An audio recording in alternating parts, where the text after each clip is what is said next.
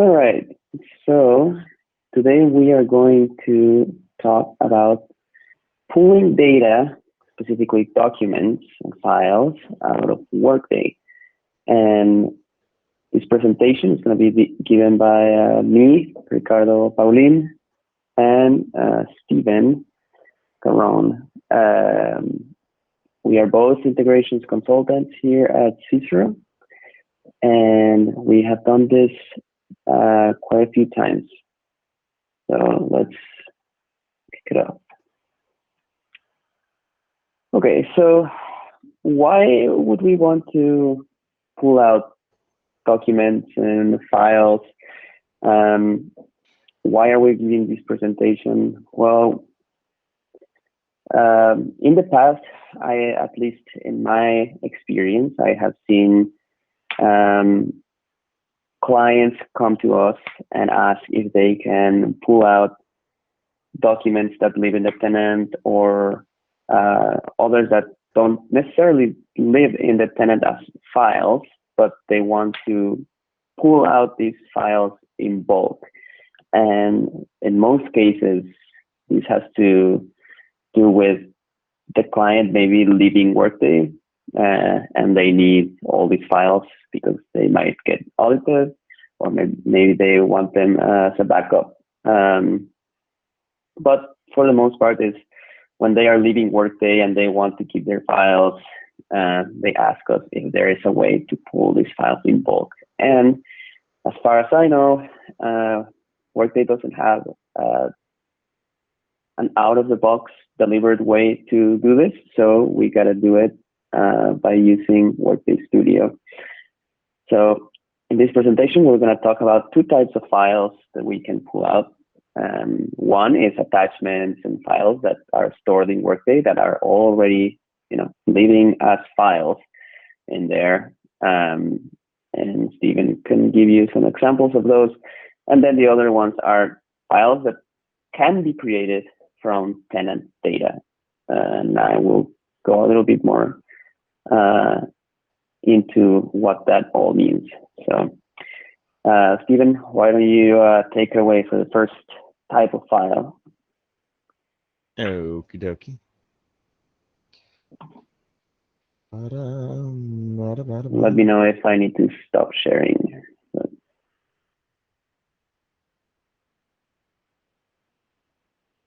You'll probably want to so that both of them don't end up on the presentation if we're recording. Although it doesn't really matter. Either way, I don't think. Okay. Hi, how's it going? Hello. Good.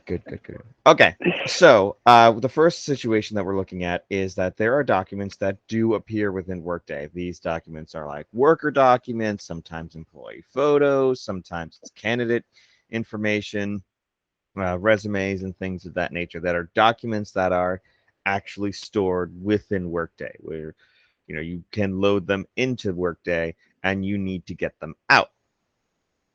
Pretty simple process. This one is specifically going with, we'll check here. We're looking for candidates and the candidate documentation. So this was built for a customer who was leaving Workday, and they needed to get all of their candidate documentation out of Workday, and so that they could store it offsite. But you can do this for any particular reason. You could also do it for, like if you wanted to sync up your your employee photos. So you use Workday as the place where you store your employee photos and you want to send it over to a vendor site, you do something along those lines as well. It follows the same basic idea here. So what we're having here is the first thing we do is we do a call to pull all the vendor or all the candidate information. And we make sure that we include the references, and then I think there's another. No, I guess that's just we need sure that we include reference, which is going to have all their their documentation and whatnot in it.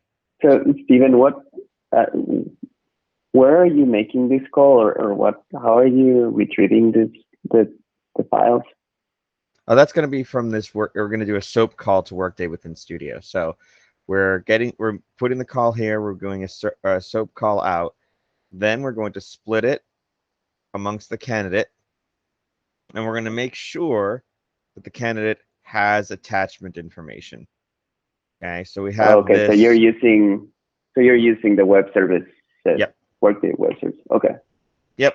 So what we're doing Okay. here, and what we do here is we see if there's an attachment associated with it. So right here, that's XPath B, that's Boolean. So we see if that exists. All right, and if it exists, then we split amongst the document attachments just in case there are multiple attachments. And you can pull the raw code out. See, from the data, you can pull the raw file content out. That's on your API call. Okay. Then we can take that data and so we're taking the data and we base64 decode it so that it turns it into the actual file as opposed to just a wall of text. And then we add it into this aggregator that puts it into a zip file. So for each employee, you get a zip file that is associated with that employee with all the requisite files that are there for that employee. Then we store it Okay. in a document, or we store the document and we allow the document to go to the message. So you put it into the message, the output variable message, and then you're able to pull it out. And you're able to, at that point, you could send it to an SFTP server on the actual event. So you can go to the integration as it exists, and you can add an event there to store it, or you can just download them directly from the site, or whatever you want to do. You can have that set up so that they can be stored somewhere, or if they're going to be on Workday, and you can download them directly from there. And that's kind of how you do it. Then it can be a kind of complicated build here. You just got to understand the pieces, which are we're going to pull in the candidate information, split amongst the candidate, and you're going to do splitting, splitter aggregators here. And then you're going to aggregate, you're going to split again on the document and aggregate it. You could do the same thing with a report. If you wanted to build a report, you can do the exact same thing here. You just, instead of using the API, you would create you'd have a Workday RAS here, and then you could split that Workday RAS on the employee level, and then again you would split on the document level just in case there are multiple documents. But if you were doing this for, say, employee photos, so that someone would upload their photo onto Workday, and then that photo would then be sent over to a vendor site, to sync all your photos. You could do the same thing. You would have the report here to pull the photos, or you could use a SOAP call to pull the photos, split it on the employee.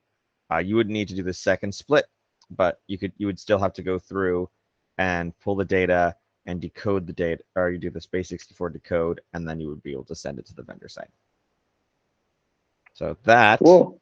is how you would pull information out of Workday, a document out of Workday, and how you would put it into like a zip folder and send it off to whomever would want it.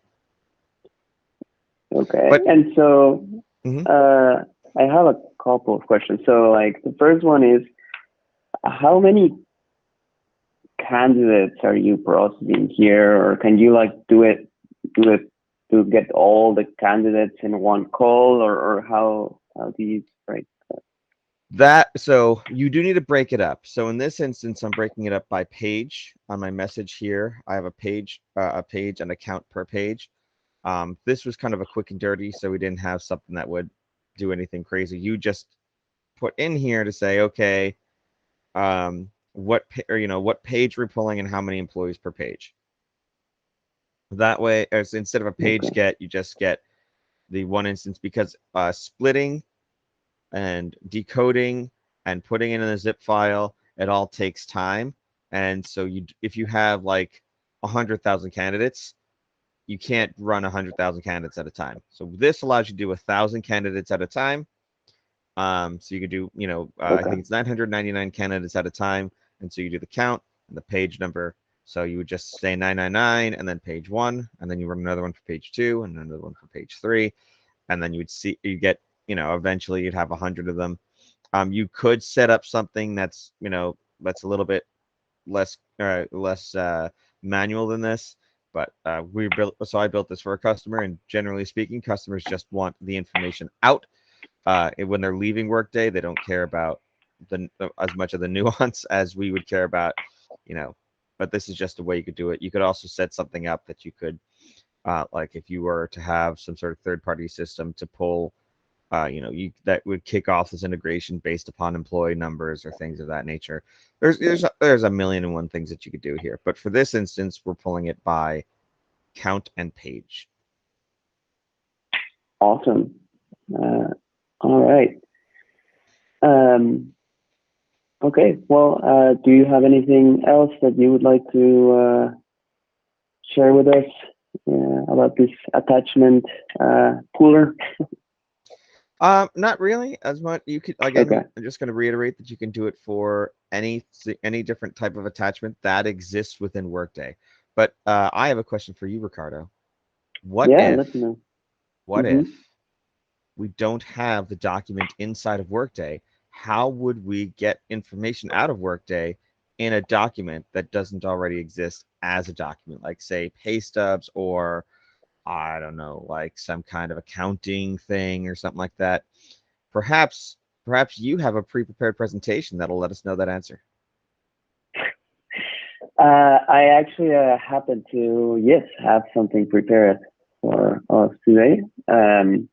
So I will go back to our little presentation here. And let's see. So, window. Let's do this. All right.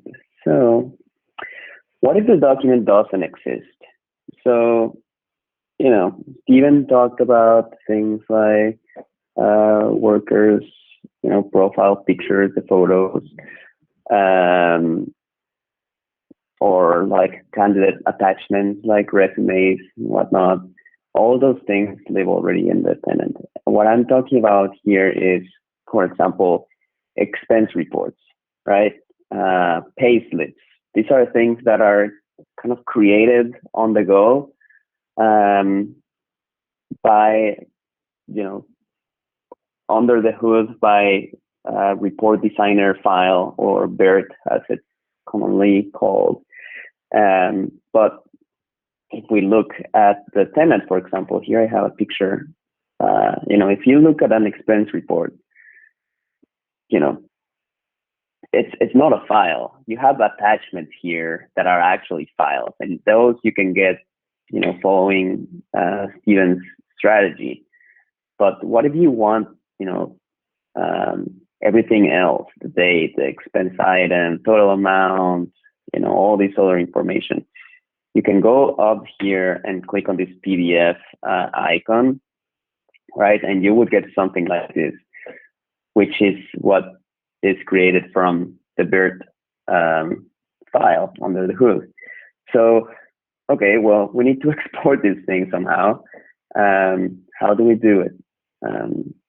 Well, one thing we can do is first go to community. There is a very useful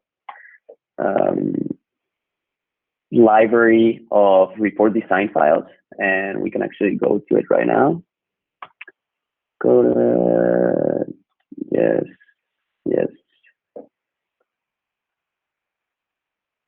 Let's look for it. Library of report design files. Here it is, by functional area. So that's the first thing I would do, right? If common things like payslip, for example, or expense reports, those things are so common that you will most likely find a pre-delivered report design file created by Workday that you can use, to basically build out this file. So here, for example, I'm going to use the expense report example. So printout given workers expense report. If you click on it, it already has, some, like, it gives you what uh, custom report to use with this report design file. And here in the attachments, you can actually download it. And just as a refresher, BERT, the way it works is you feed the output of a custom report to this report design file, and it uses that custom report output to create a PDF file or what in whatever format you want. So that's why we need a custom report. And here in the delivered templates, we already have a custom report that we can use. So expense report for print report design, we can go in, we can go and copy this report. And then what we can do is actually go in and test it really quickly, like creating a business form layout. We attach the report design file that we just downloaded from community. We select the custom report that we just copied. Don't forget to activate it. And then, we run it, and voila, like we have, what we saw earlier.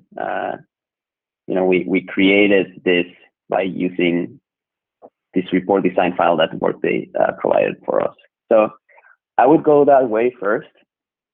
Obviously, if there is not a pre-delivered template, you will have to create your own BERT file, which takes a little bit more time and whatnot. But usually,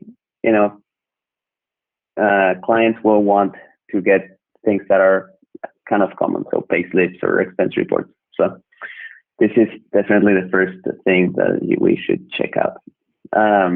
Okay, so let's say that we already, downloaded the BERT file, we created the report. Now, if we need to download a lot of files, we need to get a little bit strategic here. So the way I did it, and I'm going to do the example with expense reports, is I created another custom report that would give me a list of expense reports. And the way I did it was I created a calculated field so that I could get the expense numbers, and I could give it a range. So give me the expense reports, from 1 to 100. Down here, you can see, the expense report number is 14, 20, 38. So there were only 3 expense reports in this range. And, it gives us enough information. So it gives us like the Workday ID, and we can use that with the custom report we copied earlier, so that we can get one by one and produce a PDF file for each. The reason why I gave it a range from 1 to 100 is because, we can't just ask for all of the expense reports because, well, one, the custom report is probably going to time out if you have a lot of expense reports, and then two,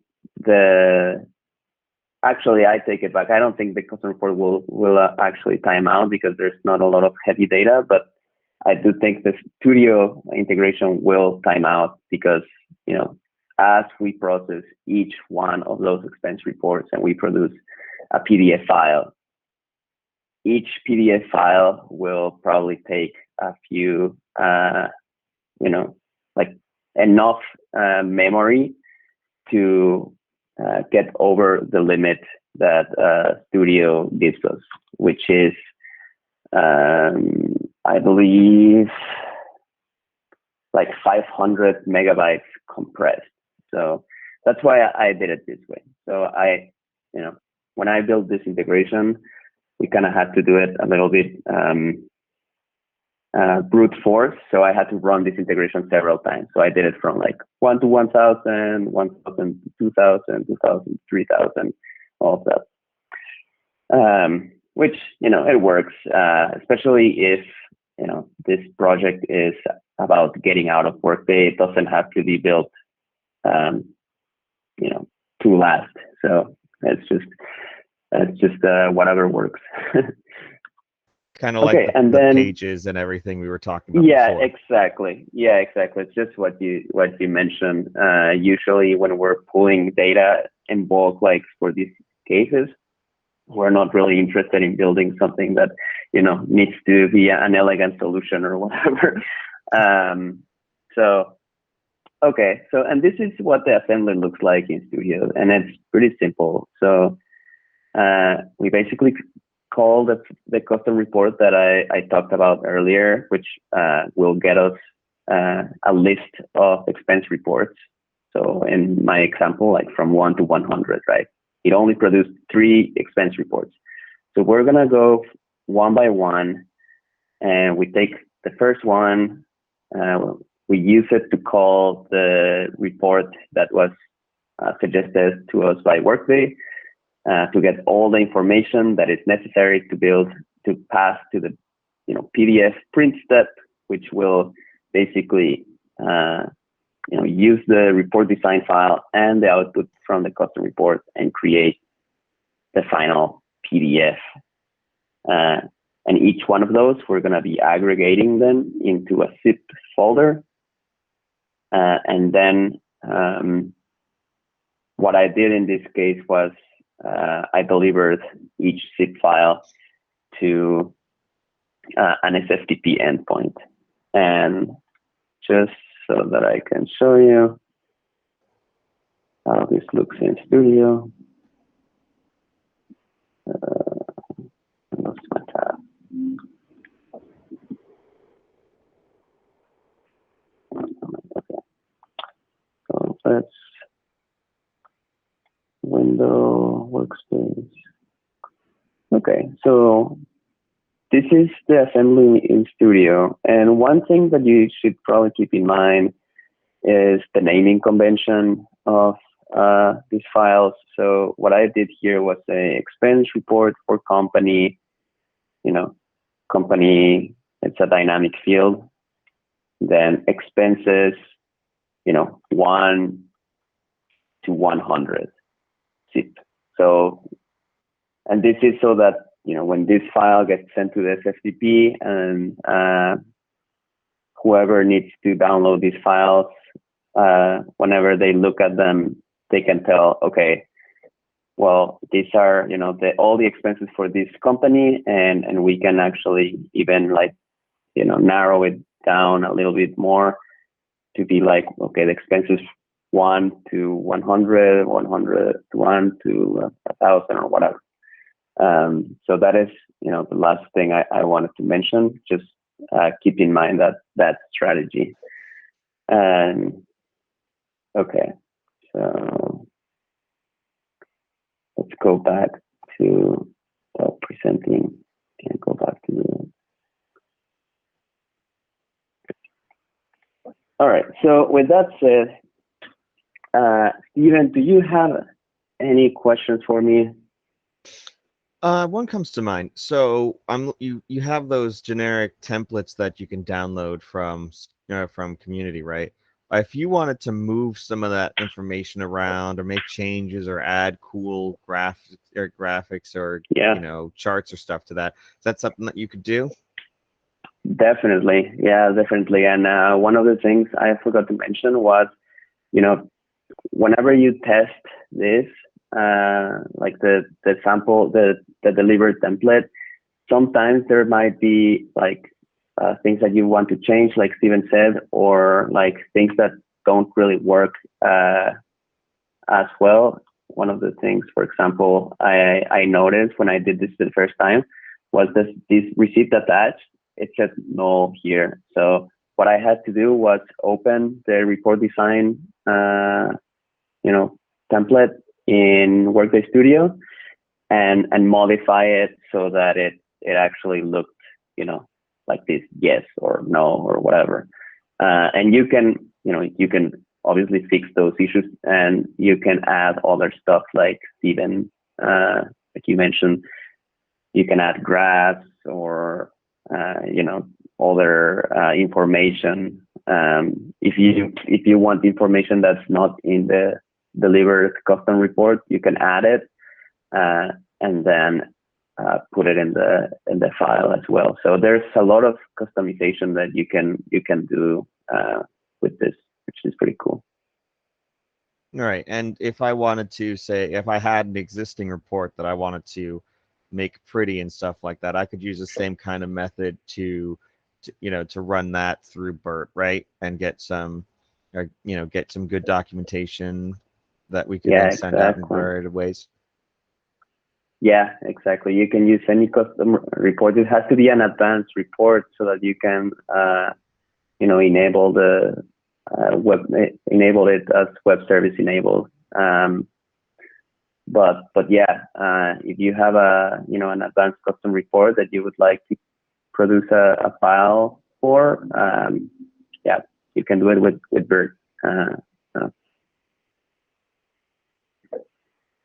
All right. Cool. Well, I hope this was useful. Again, if you have any questions or would like us to maybe walk you through other possibilities, or if you would like us to send you some of this, information or material that we presented today, please let us know. We're happy to help. Hope you enjoyed it. And thank you very much. Bye.